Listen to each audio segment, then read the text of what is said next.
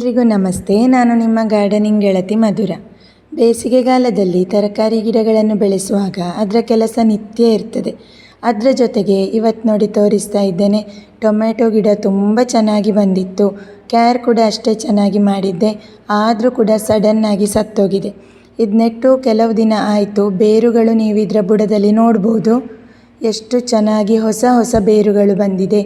ಆದರೂ ಕೂಡ ಗಿಡ ಸತ್ತೋಗಿದೆ. ನಮ್ಮ ಊರಲ್ಲಿ ಇದೇ ಸಮಸ್ಯೆ, ಟೊಮೆಟೊ ಗಿಡ ಬೇಗನೆ ಸತ್ತೋಗ್ತದೆ. ಆದ್ದರಿಂದ ಟೊಮೆಟೊ ಬೆಳೆಸೋದು ಹೇಳಿದರೆ ಒಂದು ಸಣ್ಣ ಮಟ್ಟಿನ ಚಾಲೆಂಜ್ ಅಂತಲೇ ಹೇಳ್ಬೋದು. ಹಾಗೆ ನಾನು ಇನ್ನೊಂದು ಬೆಳೆಸುವಂತಹ ಗಿಡ ಪುದೀನ. ಬೇಕಾದಷ್ಟು ಮನೆಯ ಉಪಯೋಗಕ್ಕೆ ಇದರಲ್ಲೇ ನಮಗೆ ಸಾಕಾಗ್ತದೆ. ಈಗ ನೆಟ್ಕೊಂಡಂತಹ ವಿಡಿಯೋ ನೀವು ಆಲ್ರೆಡಿ ನೋಡಿರಬಹುದು ನನ್ನ ಚಾನಲಲ್ಲಿ. ಇದರ ನೆಟ್ಟು ಸ್ವಲ್ಪ ದಿನದಲ್ಲಿ ಇದರ ಕೆಳಗಿನ ಎಲೆಗಳು ಅಂದರೆ ಬೆಳೆದಿರ್ತದಲ್ವ, ಆ ಕಾಂಡದ ಕೆಳಗಿನ ಎಲೆಗಳು ಹಾಗೆ ಸಣ್ಣ ಸಣ್ಣ ಕಾಂಡದ ಬ್ರ್ಯಾಂಚಸ್ ಏನಿದೆ ಅದು ಒಣಗಿರ್ತದೆ. ಈ ರೀತಿಯಾಗಿ ಒಣಗಿರುವುದನ್ನು ಕಟ್ ಮಾಡಿ ತೆಗಿತಾ ಇರಬೇಕು. ಇಲ್ಲದೇ ಇದ್ದರೆ ಅದಕ್ಕೆ ನೀರು ಬಿದ್ದಾಗ ಅದು ಕೊಳಿಲಿಕ್ಕೆ ಸ್ಟಾರ್ಟ್ ಆಗ್ತದೆ. ಫಂಗಸ್ ಬಂದು ಇಡೀ ಗಿಡಕ್ಕೆ ಕೂಡ ಕೆಲವೊಮ್ಮೆ ಫಂಗಸ್ ಬಂದು ಬಿಡ್ತದೆ. ಹಾಗಾಗಿ ಕಪ್ಪಾದಂಥ ಎಲೆಗಳು ಮತ್ತು ಬ್ರಾಂಚಸನ್ನೆಲ್ಲ ಕಟ್ ಮಾಡಿಕೊಳ್ತಾ ಇದ್ದೇನೆ. ಕೈಯಿಂದ ತುಂಡು ಮಾಡಿದರೆ ಗಿಡಕ್ಕೆ ಡ್ಯಾಮೇಜ್ ಆಗ್ತದೆ. ಒಂದು ಗಿಡ ನೆಟ್ಟದ್ದು ನೋಡಿ ಈ ರೀತಿಯಾಗಿ ಸತ್ತಿದೆ, ಅದನ್ನು ಕೂಡ ತೆಗಿತಾ ಇರಬೇಕು. ಹೀಗೆ ನಾವು ಮಾಡಿದರೆ ನಮ್ಮ ಮನೆಗೆ ಬೇಕಾದಷ್ಟು ಪುದೀನವನ್ನು ಬೆಳೆಸ್ಬೋದು. ಹಾಗೆ ಕೆಲವೊಮ್ಮೆ ಸಣ್ಣ ಸಣ್ಣ ಹುಳಗಳು, ಕಂಬಳಿ ಹುಳಗಳು ಕೂಡ ಬಂದು ಬಿಡ್ತದೆ. ಹಾಗೆ ಇನ್ನೊಂದು ಕೆಲಸ ಇವತ್ತು ಮಾಡ್ತಾ ಇರುವಂಥದ್ದು, ಹಟ್ಟಿ ಗೊಬ್ಬರವನ್ನು ಗಿಡಕ್ಕೆ ಹಾಕ್ಕೊಳ್ಳೋದು. ಇದು ಹಟ್ಟಿ ಗೊಬ್ಬರದಲ್ಲಿ ನೀವು ಅಡಿಕೆ ಸಿಪ್ಪೆ ನೋಡ್ಬೋದು. ಯಾಕೆ ಹೇಳಿದರೆ ನಾವು ಹಟ್ಟಿಗೆ ದನಕ್ಕೆ ಅಡಿಕೆ ಸಿಪ್ಪೆ ಹಾಕ್ತಾ ಇರ್ತೇವೆ ಗೊಬ್ಬರಕ್ಕೋಸ್ಕರ. ಅದಕ್ಕಾಗಿ ಇದರಲ್ಲಿ ಅಡಿಕೆ ಸಿಪ್ಪೆ ಇದೆ. ಈ ಅಡಿಕೆ ಸಿಪ್ಪೆಯ ಗೊಬ್ಬರವನ್ನು ನಾನು ಕೆಲವಷ್ಟು ವರ್ಷಗಳಿಂದ ಉಪಯೋಗಿಸ್ತಾ ಇದ್ದೇನೆ ತರಕಾರಿ ಗಿಡಕ್ಕೆ. ಇದು ಬೇಗನೆ ಕೊಳೆಯುವುದಿಲ್ಲ ಹೇಳೋದೊಂದು ಸಣ್ಣ ಸಮಸ್ಯೆ ಬಿಟ್ಟರೆ ಬೇರೇನು ಕೂಡ ಹೆಚ್ಚಿಗೆ ಸಮಸ್ಯೆ ಇರುವುದಿಲ್ಲ. ನೆಲದಲ್ಲಿ ಒಂದಿಷ್ಟು ಮೆಣಸಿನ ಗಿಡಗಳನ್ನು ನೆಟ್ಕೊಂಡಿದ್ದೇನೆ. ಈ ಮೆಣಸಿನ ಗಿಡ ನೆಟ್ಟದ್ದು ನಿನ್ನೆ, ಟೈಮ್ ಆಗಲಿಲ್ಲ, ಅದಕ್ಕೋಸ್ಕರ ಇವತ್ತು ಗೊಬ್ಬರ ಇಟ್ಕೊಳ್ತೇನೆ.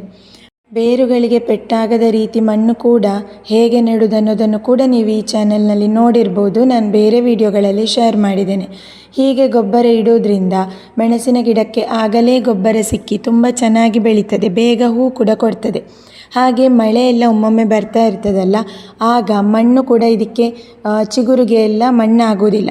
ಇಲ್ಲದೇ ಇದ್ದರೆ ನೀರು ಬಿದ್ದಾಗ ಮಣ್ಣು ರಟ್ಟಿದ ಹಾಗೆ ಚಿಗುರಿಗೆ ಎಲ್ಲ ಮಣ್ಣಾಗಿ ಗಿಡ ಸತ್ತೋಗುವಂಥದ್ದು ಅಥವಾ ಗಿಡ ಚೆನ್ನಾಗಿ ಬೆಳೆಯದೇ ಇರುವಂಥದ್ದು ಆಗ್ತದೆ. ಇಲ್ಲೂ ಒಂದಿದೆ ನೋಡಿ, ಸಾಲಾಗಿ 2ನೇದು 3ನೇದು 4ನೇ ಗಿಡ ಹೀಗೆ ಉದ್ದಕ್ಕೆ ಸಾಲಾಗಿ ನೆಟ್ಕೊಂಡಿದ್ದೇನೆ.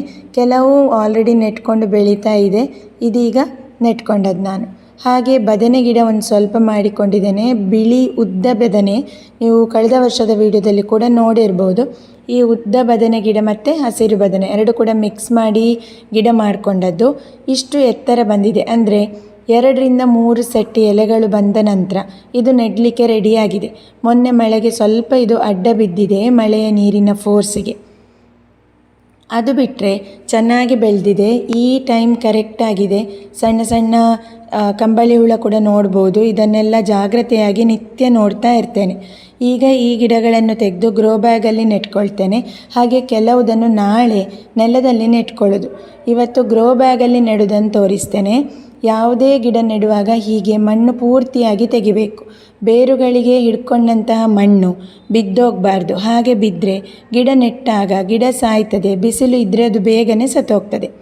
ಆಲ್ರೆಡಿ ಈ ಗ್ರೋ ಬ್ಯಾಗ್ನಲ್ಲಿ ಬೇರೆ ಗಿಡಗಳನ್ನು ಬೆಳೆಸಿದ್ದೆ. ಅದರ ನಂತರ ಈ ಗಿಡ ನೆಡುವ ಮೊದಲು ಮಣ್ಣನ್ನು ಲೂಸ್ ಮಾಡಿಕೊಳ್ಬೇಕು. ತುಂಬ ಗಟ್ಟಿಯಾಗಿದ್ದರೆ ಗಿಡಗಳು ಚೆನ್ನಾಗಿ ಬರುವುದಿಲ್ಲ. ಇದು ಸುಡುಮಣ್ಣು ನಾನು ಹಾಕಿರುವಂಥದ್ದು. ಹಾಗೆ ಬೇರುಗಳಿಗೆ ಪೆಟ್ಟಾಗದ ರೀತಿ ಈ ಗಿಡವನ್ನು ನೇರವಾಗಿ ನೆಟ್ಟುಕೊಂಡ್ರೆ ಆಯಿತು. 12 ಇಂಚಿನ ಗ್ರೋ ಬ್ಯಾಗ್ ಉಪಯೋಗಿಸಿದ್ದೇನೆ. ಇದಕ್ಕಿಂತ ಸಣ್ಣ ಗ್ರೋ ಬ್ಯಾಗ್ ಆದರೆ ಬದನೆಗೆ ಅಥವಾ ಮೆಣಸಿನ ಗಿಡಕ್ಕೆ ಎಲ್ಲ ಸಾಕಾಗೋದಿಲ್ಲ, ಅದು ಸಣ್ಣದಾಗ್ತದೆ. ಹೀಗೆ ನೆಟ್ಟುಕೊಂಡ ನಂತರ ಮೇಲ್ಗಡೆಯಿಂದ ನಾನು ಆಗ ತೋರಿಸಿದಂತಹ ಸಗಣಿ ಗೊಬ್ಬರ ಏನಿದೆ ಅದನ್ನು ಒಂದು ಲೇಯರ್ ಹಾಕ್ಕೊಳ್ತೇನೆ. ನಾನು ಗ್ರೋ ಬ್ಯಾಗು ಕೂಡ ಇದನ್ನೇ ಬಳಸೋದು, ಆದ್ದರಿಂದ ನೀರು ಕೂಡ ಬೇಗನೆ ಆವಿಯಾಗಿ ಹೋಗದ ಹಾಗೆ ಕೂಡ ಇದು ಸ್ವಲ್ಪ ತೇವವನ್ನು ಉಳಿಸ್ತದೆ. ನೆಕ್ಸ್ಟ್ ವಿಡಿಯೋದಲ್ಲಿ ಭೇಟಿಯಾಗ್ತೇನೆ. Thank you.